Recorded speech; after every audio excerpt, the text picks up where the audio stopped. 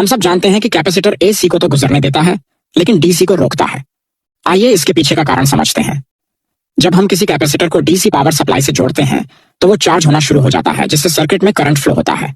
लेकिन जैसे ही कैपेसिटर पूरा चार्ज हो जाता है, उसमें और चार्ज रखने की जगह नहीं बचती और करंट फ्लो बंद हो जाता है।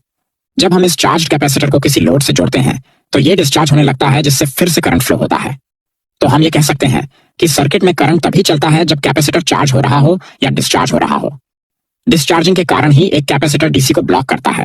ये शुरू में थोड़ी करंट फ्लो करने देता है, लेकिन जब पूरी तरह चार्ज हो जाता है, तो सर्किट में अब कोई करंट फ्लो नहीं होने देता। अब ऐसी की बात करते हैं। मानो एक ऐसी पावर सोर्स है जिसकी वेव फॉर्म है। आसान समझने के लिए इस वेव फॉर्म को 4 हिस्सों में बांट लेते हैं। पहले हिस्से में वोल्टेज 0 से बढ़कर अपनी अधिकतम वैल्यू तक पहुंचता है।